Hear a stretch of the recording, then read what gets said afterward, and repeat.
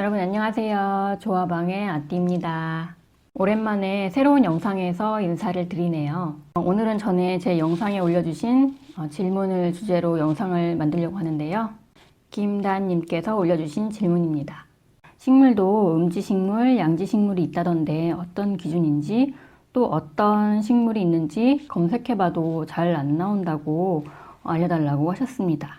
이 부분에 대해서는 제가 전에 영상에서 식물 룩스에 대해서 설명할 때 잠깐 언급된 적이 있었는데요. 그 부분을 같이 보시면 많은 도움이 되실 거예요. 우선 그 전에 제 영상에 올려주신 댓글, 질문 등을 소개해 드릴까 합니다.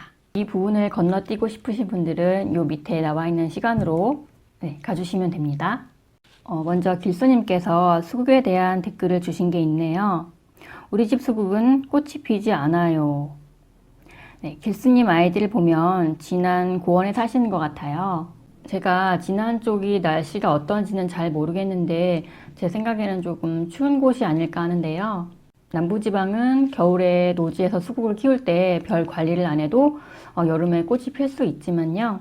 추운 지방에는 겨울에 수국 꽃눈이 얼어 죽을 확률이 좀 높아요. 특히 겨울 바람에 꽃눈이 많이 얼어 죽는다고 합니다. 노지에서 수국을 키우신다면 꼭 수국에 보온을 해주셔야 될 것 같아요. 예를 들면 뭐 지프로 꽃눈을 보호해 주신다던가 이런 방법 등으로요. 다음으로는 NS님이 장문의 댓글을 남겨주셨는데요. 수국을 1년 정도 키웠는데 아직도 깻잎이라고 하셨어요. 지금은 수국이 어떤 상태인지 궁금하네요. 보통 실내에선 지금쯤이면 꽃이 피어야 하거든요. 물론 노지 수국은 좀 더 있어야 하지만요. 제가 정확한 환경을 몰라서 단정 지어서 말씀드릴 순 없지만 몇 가지를 좀 체크해 보시면 좋을 것 같아요. 우선 수국이 약 5도 이하의 추운 곳에 있었는지요. 또 밤에 빛이 들어간 적이 있었는지, 또 질소가 많이 들어간 비료를 많이 주셨는지 등이요. 꽃이 피려면 여러 가지 조건을 충족해야 되는 경우가 있거든요.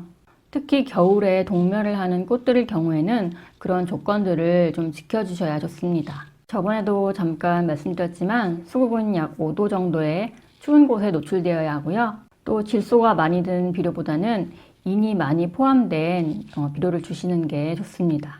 또 밤에도 자연 상태와 같이 빛에 노출되지 않도록 하는 것이 좋습니다. 제가 전에 꽃이 피지 않는 이유들에 대해서 올린 영상이 있었는데요. 그것도 같이 참고해서 보시면 좋겠습니다. 또 쪽병아리님께서 수경 재배할 때 맥반석을 씻어서 넣어 주어야 하나요? 라고 질문하셨어요.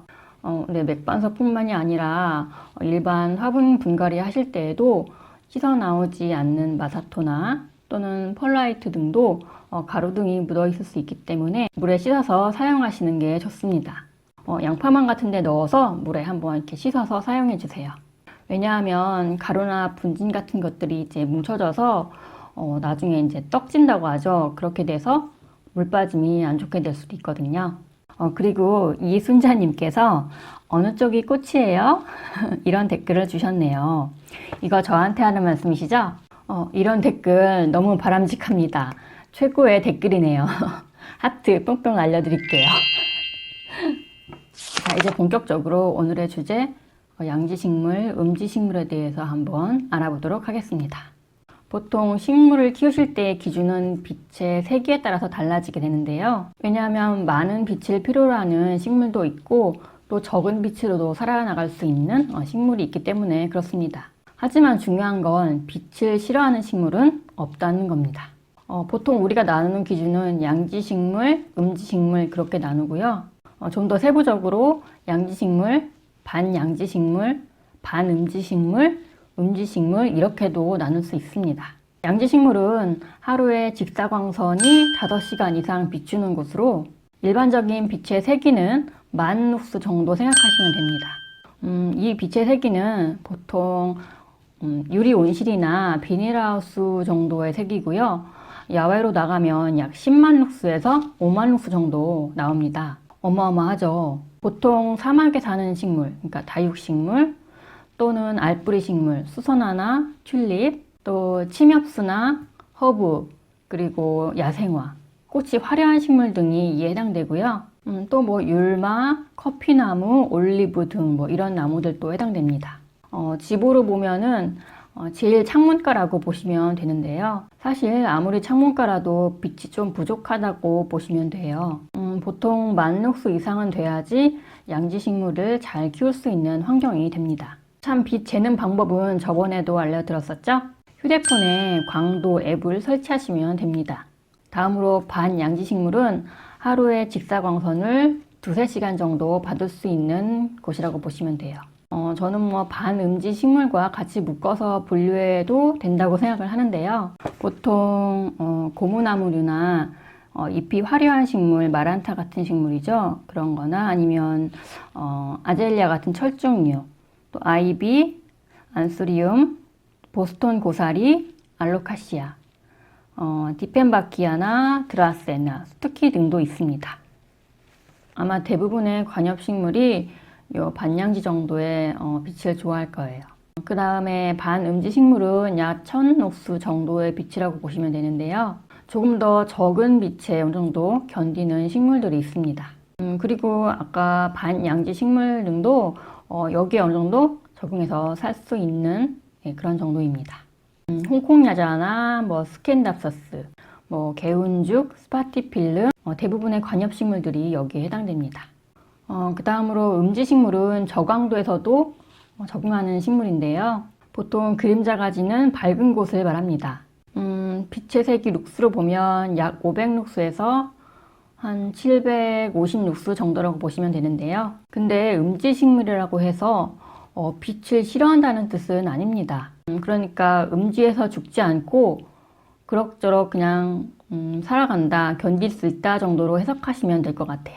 아까도 말했지만 빛을 싫어하는 식물은 없습니다. 이런 아주 내음성이 강한 그런 식물들은 지금 제 옆에 있는 이런 아글라우네마 이런 종류가 있고요. 뭐 관음죽, 그리고 필로덴드론, 그다음에 스킨답서스, 산세베리아 등도 있습니다. 우리 보통 이런 거실 안쪽은 빛이 500룩스도 나오지가 않습니다. 그러니까 그런 곳에서는 꽃이 필 수 없겠고 또 율마도 건강하게 키울 수 없겠죠.